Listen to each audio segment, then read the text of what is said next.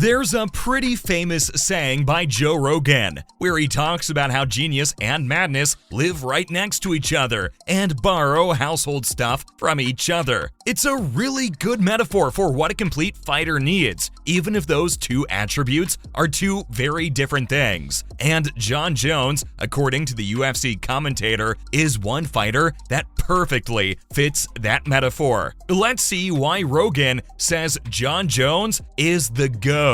Starting with why Joe Rogan thinks Jon Jones is the best. The podcast host, comedian, and UFC commentator sat down with Will Harris, a well-known videographer, for a discussion. In this talk, the two went over the starting days for Jon Jones and how at UFC 128, after beating Mauricio Shogun Rua, he successfully became the youngest UFC champion in the history of combat sports. Both Joe Rogan and the founder of Anatomy of a Fighter agreed on the fact that the greatest MMA fighter to have ever lived is Jon Jones. Joe Rogan talked about how Jones, being the youngest fighter, started the match with a flying knee against Shogun, and just how insane that fact is. The UFC commentator called Jones a wild man, and the kind of guy who goes on to become the best of all time. He also added how you can't reach that level if you're just a normal person. Though Jon Jones isn't a wild man only in the ring, but outside of it too. He's been rumored to use a little too much cocaine, and the UFC legend has been involved in multiple incidents with the law too. His whole career could have been over back in 2015 after a hit-and-run conviction against him.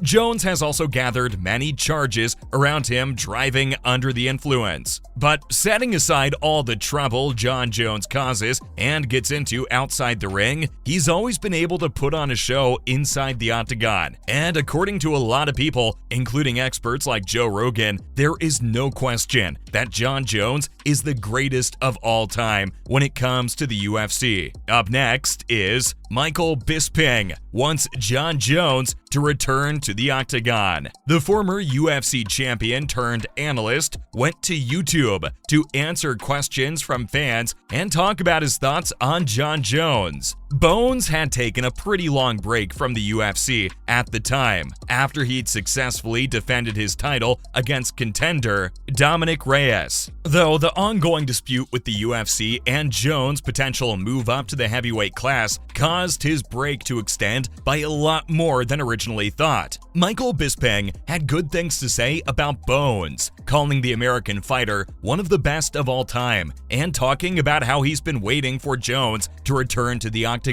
The former UFC champion talked about how Jon is someone who needs to fight, since he's the greatest talent that the UFC had ever seen in its history. Jones wanted to move up to heavyweight, and right away to get a title fight, but things didn't go as he thought they would, with Cyril Gane getting a shot at some UFC gold instead. Coming up is Jon Jones' hit and run. The light heavyweight UFC legend is regarded by most as the #1 mixed martial arts fighter. He's clearly well known for his talent and technique inside the ring, but Jon Jones is also famous for his shenanigans outside the ring too. Nearly a decade ago, the Albuquerque Police Department wanted Jon Bones Jones for questioning related to a hit and run on a Sunday morning. A pregnant woman was involved in this hit and run and had to be hospitalized. In a talk with a spokesperson from The Guardian the very next day, the Albuquerque Police Department talked about how they only wanted to ask Jon some questions, but for some unknown reason, the American UFC fighter wasn't really making contact with him, leaving the Albuquerque officers confused as to what's happening. They even tried to contact his lawyer. The police then had to resort to reports by witnesses who told them that Jon Jones ran away from the site, came back after a bit to receive a hefty handful of money, and then left the scene again. After inspecting the car, the police later discovered a pipe along with marijuana in the car. They also found Jon Jones' name on the rental car paperwork. As one of the biggest UFC UFC stars, Jones was set to defend his title at UFC 187 against Anthony Johnson, while the Albuquerque Police Department was gathering more facts about what had happened. Let's talk a little about the repercussions Jon Bones Jones faced after this incident. Following up, Jon Jones stripped of UFC light heavyweight title. After the hit-and-run incident involving the pregnant woman and the Albuquerque Police Department digging into the matter, Jon Jones was arrested in New Mexico, and his UFC light heavyweight was taken away from him. Jones later tweeted out on his official Twitter account apologizing to all the people he's let down,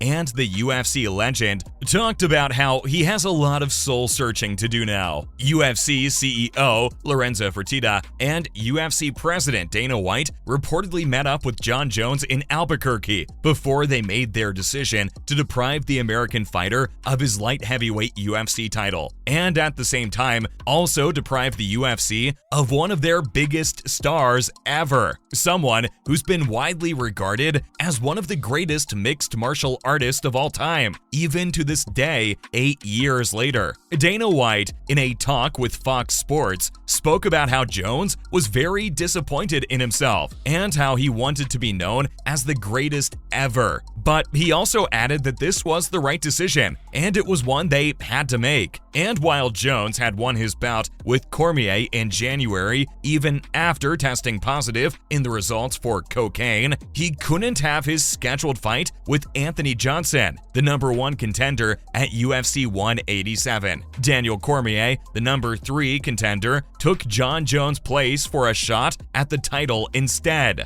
Dana White talked about how it wasn't fun to strip Jones of his title, and added that Daniel Cormier was more than pumped for this fight. Let's talk a little about Johnson versus Cormier. Up next is the 2015 bout between Anthony Johnson and Daniel Cormier. UFC 187 back in 2015 was the first time in over 4 years that we saw a new light heavyweight champion emerge in the likes of Daniel Cormier via a second-round submission. There was much hype surrounding the fight leading up to the event, but unfortunately for Anthony Johnson, the skirmish ended when the #3 contender at the time submitted Rumble Johnson in just 3 minutes and 37 seconds. Neither of the two fighters is too technical with their striking techniques, though Rumble Johnson's timing could have been a big problem for Cormier, but Daniel decided to take the game to the ground instead.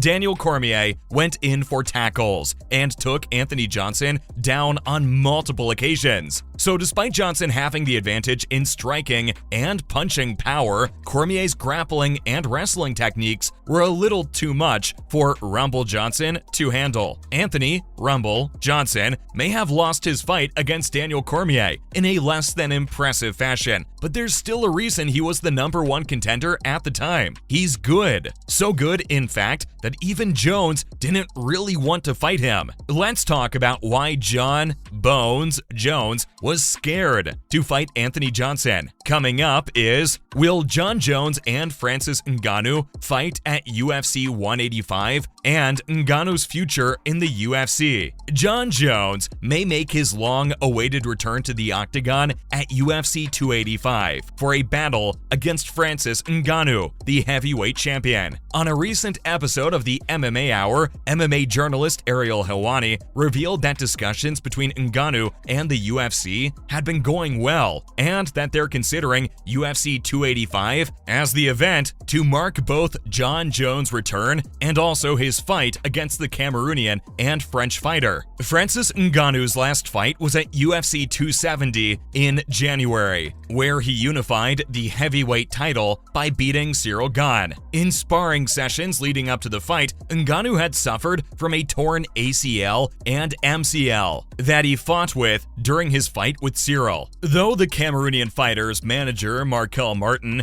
in a talk with Brent Okamoto at ESPN, talked about how they'd already started the recovery process and that Francis would be back to 100% in no time. Martin went on to thank UFC fans for constantly believing in and always supporting Ngannou. In a talk with Mark Ramundi at ESPN, the UFC star talked about how he aims to fight as a boxer too, and that it could have an effect on his UFC future. He says that he might not box in the UFC, saying that he hasn't really talked to the promotion about it yet, and mentioned that he's open to other options too. Ngannou says he doesn't know what'll happen, but he knows that either way, he will be boxing in the future. Though for now, Jon Jones might be set to take him on at UFC 285. And there's one thing that Bones would really need to be on the watch for while he's going up against the Cameroonian and French UFC champion. Lastly is the one thing Jon Jones needs to look out for against Francis Ngannou. According to MMA Junkie, a potential bout between Jon Jones and Francis Ngannou is in the talks, though that'll only happen if and when Ngannou's demands for more pay are met by the UFC. But if things do end up working out, Jones wouldn't want to be a victim of Francis Ngannou's knockout power, even though Jon Jones is one tough dude that most fighters wouldn't want to take on. The fight will potentially be set in March at the T-Mobile Arena in Las Vegas, and the 35-year-old Bones hasn't been back in the octagon since his last fight against Reyes at UFC 247, which leads many to believe that the American UFC legend might be a little out of practice. Rutan might seem to think that Jones won't have too much trouble against Ngannou, but the Cameroonian UFC champion's explosive ability to knock a fighter out cold could pose as a pretty big mountain to cross for Bones. That's a wrap for this video. Who do you think would win between Jones and Ngannou? Let us know in the comments below. Make sure to give this video a thumbs up and subscribe to our channel for more videos like this. See you at the next one.